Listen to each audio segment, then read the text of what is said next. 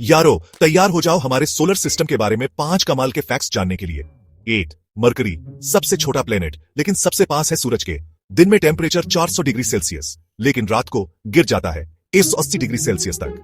2 Venus के दिन उसके साल से भी लंबे होते हैं, और पता है क्या, वहां सूरज पश्चिम में उगता है। 3 जुपिटर, कितना बड़ा है यार, इतना बड़ा कि तेल्स ऑफ पृथ्वी उसके अंदर समा सकती है। 4 सैटर्न के छल्ले बर्फ और धूल से बने हैं, और अगर कोई बहुत बड़ा टब होता तो ये पानी में तैरता। 5 नेपच्यून पर सूरज की रोशनी इतनी कम है कि वहां हमेशा रात जैसा लगता है, और हवा चलती है 2000 किलोमीटर प्रति घंटे की रफ्तार से। अपनी क्यूरियोसिटी बनाए रखो स्पेस एक्सप्लोरर्स।